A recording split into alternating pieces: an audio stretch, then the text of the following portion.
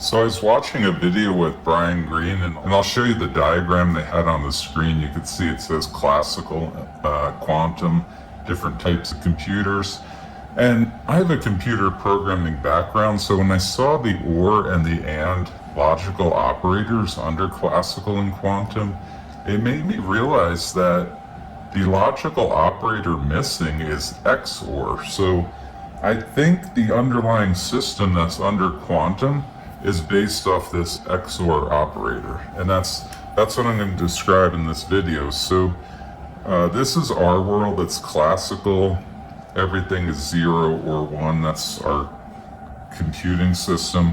This would be like the application layer. This is like Einstein. This is, in the simulation we live in, this is the candle I see, the pen, my own body. We're the application layer, and we're generally simple.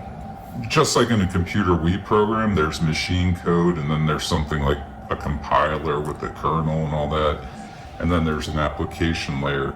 Just like in ours, machine code is relatively simple. It gives rise to some more complex middle ground, and then you go back to simple. So in this simulation we live in, that's what it looks like it's happening.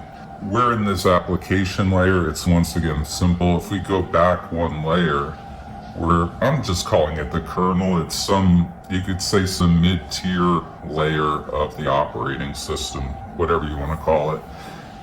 It's more complex than both things around it, which is interesting. And this is why it's more complex, because you could have any state between 0 and 1, so anything is possible in this layer. This is the layer that's missing. I should put a question mark here. We don't know. In the simulation we live in, this is the equivalent of the XOR operator in our computer system. So I assume the simulation we live in runs like our computer systems. That is an assumption I'm making. And if it does, what's missing is the XOR operator. And this would be the base layer. I just made that name up. It would be equivalent to machine code, like a hexadecimal machine code in our classical computers. So I'm calling it base because I feel like this computer system, this layer of the operating system of the sim we live in, and that's what I'm describing here. This is like the OS of the sim. That's what I'm describing here.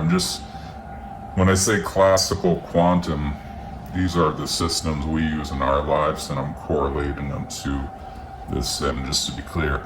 So anyway, base layer goes back to being simple, and it's more simple than quantum because you can't have every state between 0 and 1. XOR is an exclusionary OR. It's kind of like this OR, but it's like an array.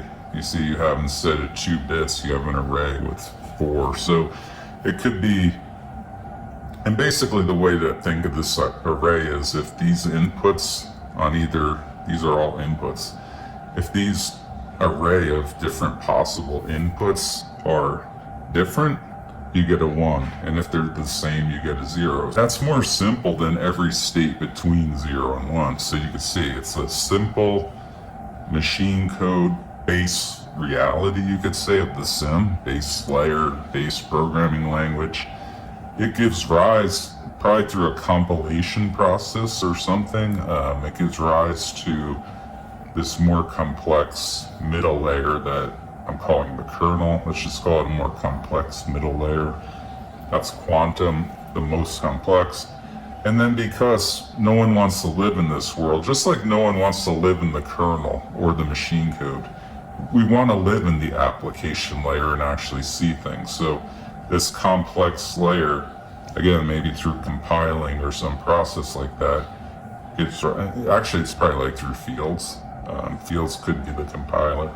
So that gives rise to an application layer. This is the macro Einsteinian world that we see.